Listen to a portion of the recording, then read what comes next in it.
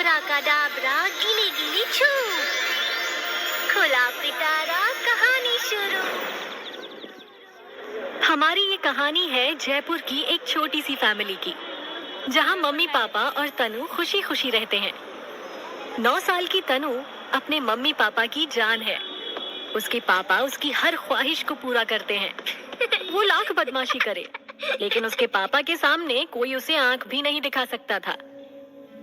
उसके mummy papa दोनों ही job करते थे, इसीलिए उसे संभालने के लिए उन्होंने एक मेड रखी थी, जिसका नाम था सीमा। सीमा तनु की हर छोटी बड़ी जरूरत का ख्याल रखती थी। उसके नाश्ते से लेकर उसे स्कूल से ले जाने और ले आने तक की हर जिम्मेदारी सीमा की ही थी।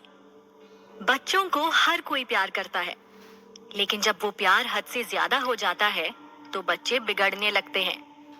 पापा तनु से बहुत प्यार करते थे और मम्मी को इसी बात की हमेशा चिंता रहती थी।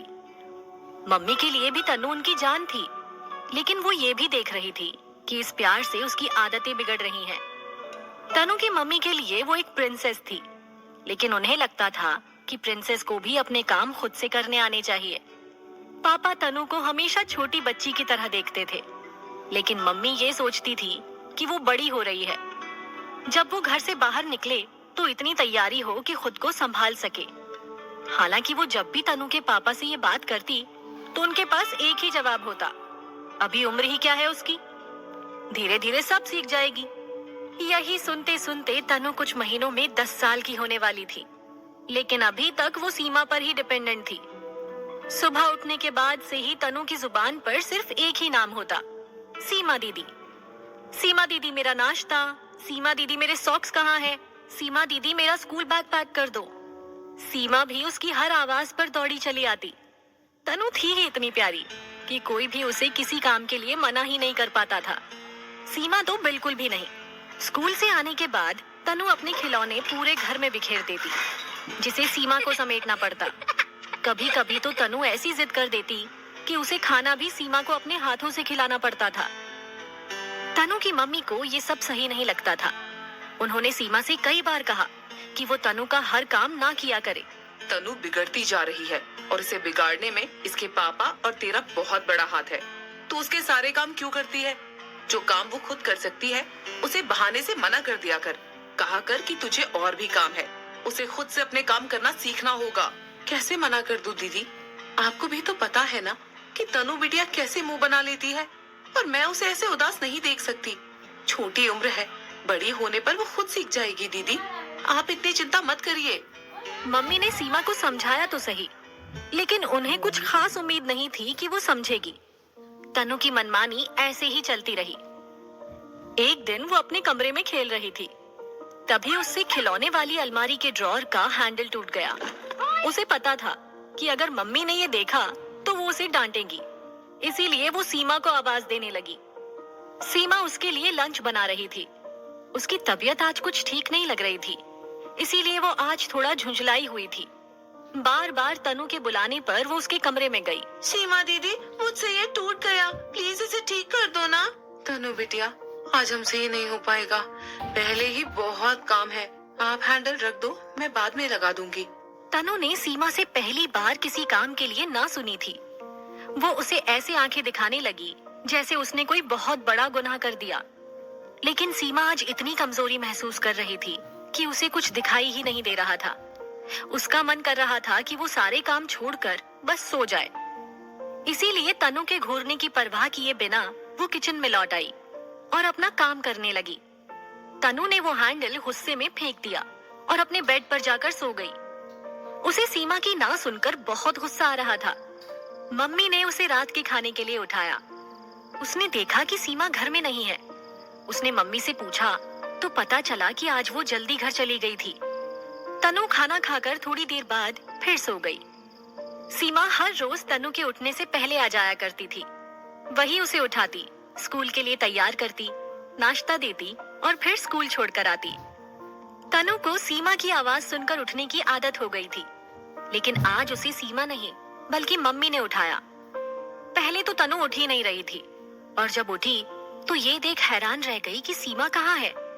पूछने पर मम्मी ने बताया कि वो काफी बीमार है, इसीलिए कुछ दिन अपने घर आराम करेगी। तनु को ये सुनकर कुछ खास फर्क नहीं पड़ा। वो उठी और नहाने के बाद कपड़ों के लिए सीमा को पुकारने लगी। फिर उसे याद आया कि आज तो वो आई ही नहीं। उसने मम्मी को वैसे ही आवाज लगानी शुरू कर दी जैसे वो सीमा को हर काम के लिए बुलाया करती थी। सीमा के ना होने पर मम्मी का काम वैसे ही बढ़ गया था। उन्हें जल्दी जल्दी सारा काम निपटा कर ऑफिस भी जाना था। इसीलिए वो तनु की हर आवाज पर उसके पास दौड़कर नहीं जा सकती थी। स्कूल के लिए निकलने में अब सिर्फ 10 मिनट बचे थे। मम्मी ने सोचा कि ऑफिस जाते हुए वही तनु को स्कूल छोड़ देंगी और वापस आते हुए उसे लेती आएंगी। यही सोचकर वो तनु के कमरे में गई, लेकिन ये देखकर हैरान रह गई कि तनु अभी तक ऐसे ही बैठी हुई थी। ना उसने स्कूल ड्रेस पहनी थी, ना अपना बैग पैक किया था। मम्मी ये देख गुस्सा होने लगी। ये क्या नाटक है? अभी तक तैयार क्यों नहीं हुई? टाइम देखा है? स्कूल के लिए लेट होना है क्या? सीमा दीदी रोज तैयार करती है, आज वो नहीं है तो मैं आपका वेट कर रही थी। आप रेडी करोगी फिर ही स्कूल जाऊंगी ना? मम्मी को पहले ही बहुत देर हो रही थी, इसीलिए वो चिड़ी हुई थी। तनु की बात सुनकर वो और चिढ़ गई। उन्होंने तनु को समझाया कि सीमा कुछ ज्यादा ही बीमार है, कह नहीं सकते कि वो कब तक काम पर लौटे। उनके पास भी इतना टाइम नहीं रहता कि वो उसकी एक एक चीज ढूंढकर उसे दे। इसीलिए जब तक सीमा वापस नहीं लौटती तब तक तनु को उसके सारे काम खुद से ही करने होंगे। ये सुनते ही तनु ने कहा उससे ये सब नहीं होगा। मम्मी ने कहा नहीं होगा तो फिर घर पर ही बैठे। वो खुद से तैयार होगी तभी स्कूल जाएगी, नहीं तो नहीं जाएगी। मम्मी को पता था कि तनु को स्कूल जाना बहुत पसंद है। वहाँ उसके दोस्त होते हैं, उनके साथ खेलना, टीचर से शाबाशी लेना, ये सब उसे अच्छा लगता है। इसीलिए वो स्कूल मिस नहीं कर सकती। लेकिन आज तनु भी जिद पर अड़ी थी, इसीलिए उसने कहा कि वो स्कूल नहीं जाएगी। मम्मी को पहली बार ऐसा मौका मिला था कि तनु को कुछ सिखा सके, इसीलिए उन्होंने भी उसका खाना बनाकर रख दिया और कहा कि अगर उसकी मर्जी नहीं है तो स्कूल ना जाए। इतना कहकर वो अपने ऑफिस के लिए निकल गई। पापा जल्दी में थे, इसीलिए आज अपनी प्रिंसेस की फरियाद भी नहीं सुन सके। सबके जाने के बाद तनु अकेली रह गई। पहले तो गुस्से में उसे कुछ पता नहीं चला, लेकिन फिर उसे जोरों की भूख महसूस होने लगी। उसने कभी अपने हाथ से खाना निकालकर नहीं खाया था। आज भी उसने भूख कंट्रोल करने की बहुत कोशिश की, लेकिन कर ना सकी। आखिर में उसे खुद से प्लेट उठाकर खाना निकालना पड़ा।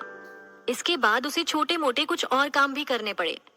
आज वो सारा दिन अकेली घर पर बोर होती रही। उसे एहसास हो रहा था कि स्कूल ना जाकर उसने कितनी बड़ी गलती की है। उसने तय कर लिया था कि कल से वो कैसे भी करके स्कूल जाएगी। ऑफिस से लौटने के बाद मम्मी ने जब उसकी खाने की प्लेट देखी तो मन ही मन खुश हुई। पहली बार तनु ने खुद से खाना निकाल कर खाया था।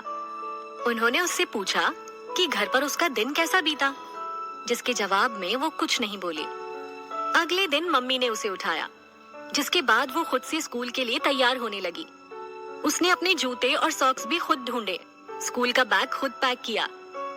वो अपने जूते बांध रही थी, लेकिन उसे ये करना नहीं आता था। तब भी उसने जैसे तैसे जूते के फीते बांधे, जिसे बाद में मम्मी ने ठीक किया। स्कूल से आने के बाद उसने धीरे धीरे अपना पूरा कमरा फैला दिया। हर तरफ स्कूल की बुक्स, खिलौने और तनु का बाकी सामान फैला हुआ था। मम्मी ने उसे कहा कि ये भी उसका ही काम है, उसे खुद करना होगा। तनु ने अपना पूरा कमरा खुद से ही समेटा, खिलौनों को सही जगह पर रखा, किताबें समेटी। 3-4 दिन ऐसा ही चलता रहा। उसे अब ये सब करने की आदत हो रही थी।